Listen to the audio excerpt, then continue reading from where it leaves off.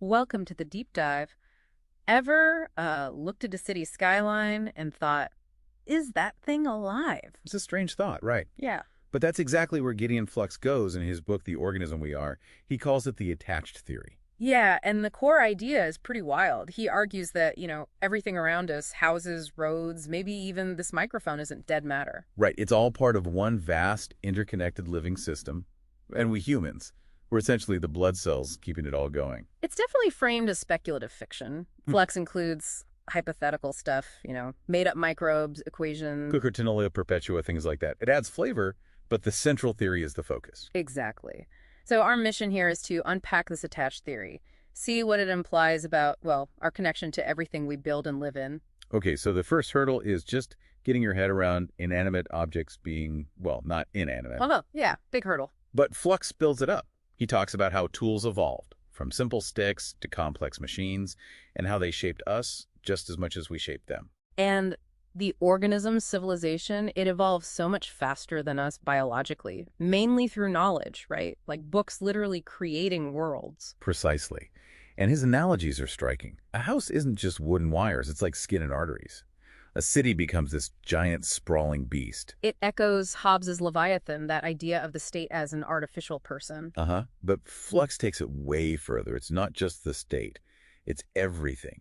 Every single object is part of this organism. Which leads to this idea of symbiosis, this two-way street. Exactly. We sustain it, we feed it, we repair it, like keeping a house maintained as its heartbeat in miniature.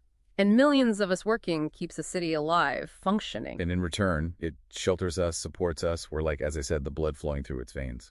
Essential. Our labor literally builds its mass, doesn't it? From, flint spears way back when to skyscrapers today. But it shapes us too. Roads guide where we go, walls contain us. Even the constant flow of information changes how we think. So who's really leading who here?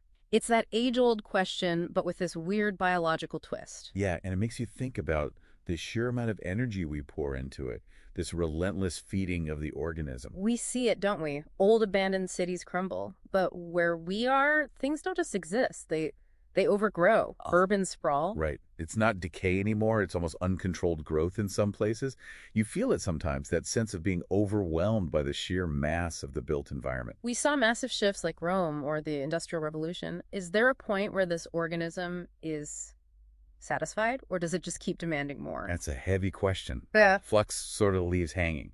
But the connection, he argues, goes deeper than just physical work and energy. You mean into our minds? Yeah. Our thoughts, our routines are kind of wired into the organism's pulse.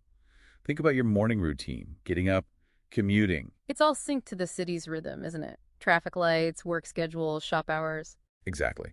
Everything around us hums with this pulse. Even attempts to detach, like becoming a hermit. You still end up feeding a smaller version of it, building a cabin, growing food. And this idea that the organism might be thinking through us, that's unsettling. Well, think about ideas spreading like wildfire through books or online, or even just, mindlessly scrolling on your phone. Is that entirely your desire or the organism nudging you? Okay, then he throws another curveball. Gravity. Ah, yes, gravity. Not just a physical force, but maybe a living tug from the organism itself. So Newton's apple wasn't just falling. In Flux's view, maybe it was more like a seed being guided to the ground to reproduce, to grow, ultimately serving the organism's expansion. And our human tendency to build upwards, skyscrapers, rockets. That could be interpreted as the organism's own urge, its upward vector, even materials we think of as inert, like gold or uranium. We pull them out of the ground, give them an upward purpose. Exactly. They serve the organism through our actions. So gravity isn't the ultimate driver. Maybe it's more like the leash guiding the growth. So if we follow that, what's the overall direction, the organism's aim? Well, Flux sort of sidelines debates about, say, whether the Earth is flat or round. He implies those are arguments about shape. Missing the bigger picture. Right. Missing the point that the organism has its own vector, its own will, reflected in its design, how trees spread, how mountains rise, how cities sprawl outwards and upwards. It's lunging, in a way, through time. Hobbes saw the Leviathan, but Flux sees something striding across millennia. And we're carried along by it. Our debates about the details are secondary to this larger, maybe conscious push. Okay, prepare yourself. Space. Not empty void. No. According to Flux, it's more like a living cellular substance, the organism's flesh, essentially. Like old ideas of the ether or the firmament, early attempts to grasp this. Perhaps. Yeah. He used the analogy of being a blood cell in a vein.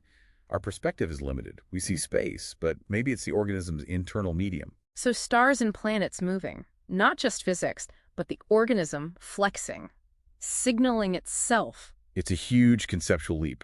Space as an extension of us, of this planetary organism. And time gets the same treatment, not linear, measurable. But alive. Mm. Another layer of the organism. Its growth, its pulse, clocks and calendars are just cages we build for something organic. Fossils then become like scars in its skin. Yeah, and tree rings, mountain ranges, the way cities grow layer by layer, that's the organism flexing through time.